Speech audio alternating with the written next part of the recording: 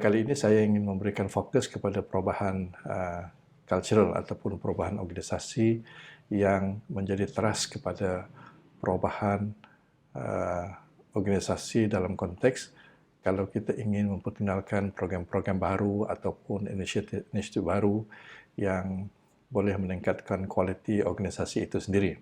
Dalam konteks ini, kalau kita lihat dalam perubahan organisasi itu dia banyak bergantung kepada budaya organisasi itu, dan budaya organisasi itu juga bergantung kepada perilaku ataupun kecenderungan ataupun dalam arti kata yang lain attitude ataupun sikap dan tabiat ahli-ahli dalam organisasi itu.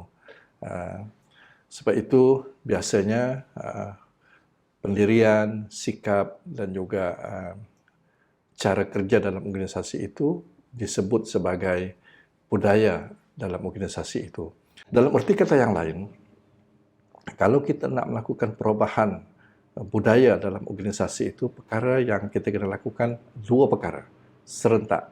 Satu, mesti ada usaha yang memberikan mereka pengetahuan baru, kemahiran baru dan juga perspektif baru yang boleh memberikan kesan langsung dan boleh mereka melakukan reflection untuk menilai attitude dan juga merubah attitude mereka seperti mana yang kita harapkan. Dan jika sekiranya berlaku perubahan perspektif dan adanya pengetahuan dan juga kemahiran yang diperlukan, insya-Allah dia akan mempengaruhi attitude. Tapi dalam masa yang sama, kita tak boleh bergantung dengan kursus, bengkel dan sebagainya yang beri input saja.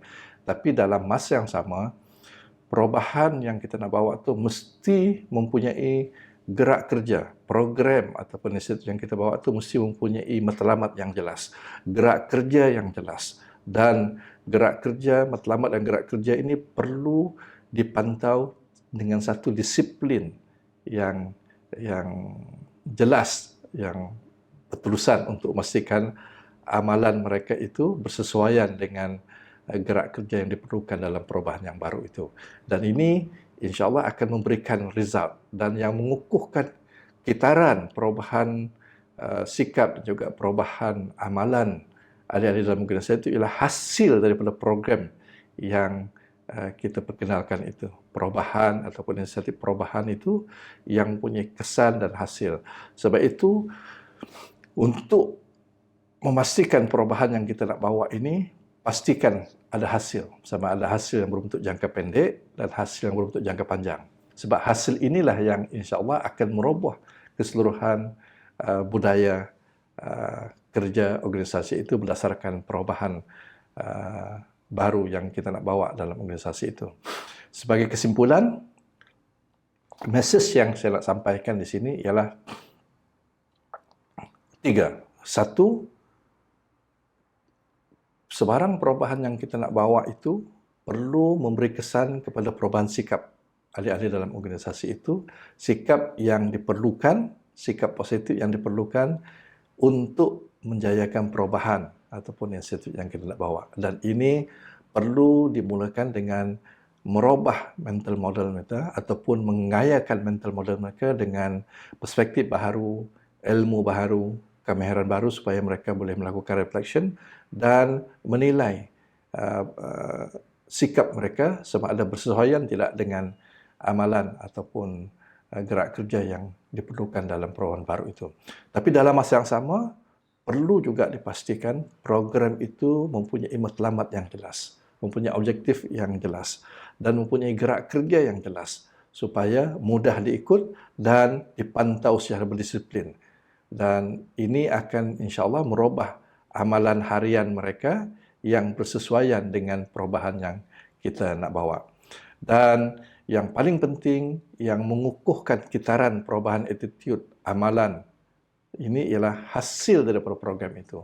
So, oleh sebab itulah dalam sebarang program ataupun perubahan yang kita nak bawa itu perlu menunjukkan hasil yang berbentuk jangka pendek yang boleh dilihat dan juga yang berbentuk jangka panjang yang akan mengukuhkan.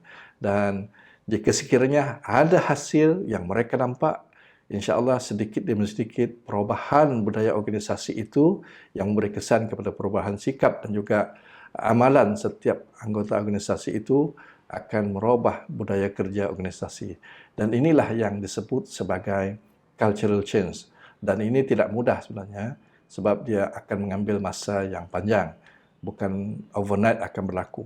Sebab itu disiplin dan juga peraturan, kesetiaan kita kepada matlamat dan juga gerak kerja yang telah kita persetujui dalam organisasi itu akan dapat merubah perubahan yang kita kendaki dan boleh mempengaruhi perubahan budaya ataupun perubahan pekerja ataupun perubahan dalam segi bertindak secara keseluruhan dalam organisasi itu.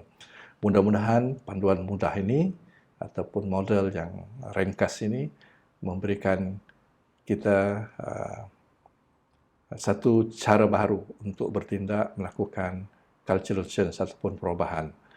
Berikan mereka peluang, berikan mereka peluang untuk melakukan reflection kepada sikap mereka dengan kursus bengkel dan sebagainya. Yang kedua, pastikan amalan mereka itu dibentuk berdasarkan program inisiatif perubahan yang kita nak bawa itu jelas, mempunyai gerak kerja yang juga jelas supaya mereka boleh mengikutinya dengan baik dan dipantau secara berdisiplin. Dan yang ketiganya, pastikan keseluruhannya ini akan menghasilkan result yang akan mengukuhkan kitaran perubahan dalam cultural change ataupun perubahan baru yang kita nak bawa itu. Sekian, Assalamualaikum warahmatullahi taala wabarakatuh.